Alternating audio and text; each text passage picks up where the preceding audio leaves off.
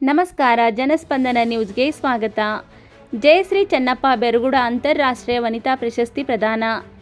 ಹಳಿಯಾಳ್ ತಾಲೂಕಿನ HPS ಬಿಕೆಹಳ್ಳಿ ಗ್ರಾಮದ ಶಿಕ್ಷಕಿ ಜಯಶ್ರೀ ಚೆನ್ನಪ್ಪ ಬೆರಗುಡ್ ಇವರು ಅಂತಾರಾಷ್ಟ್ರೀಯ ಮಹಿಳಾ ದಿನಾಚರಣೆಯ ಅಂಗವಾಗಿ ದಿನಾಂಕ 9/3/2024ರಂದು ಅಂತಾರಾಷ್ಟ್ರೀಯ ವನಿತಾ ಪ್ರಶಸ್ತಿಯನ್ನು ಧಾರವಾಡದ ವಿದ್ಯಾವರ್ಧಕ ಸಂಘ ದೇಶಪಾಂಡೆ ಸಭಾಭವನದಲ್ಲಿ ಪ್ರಶಸ್ತಿ ಪ್ರದಾನ ಮಾಡಲಾಯಿತು.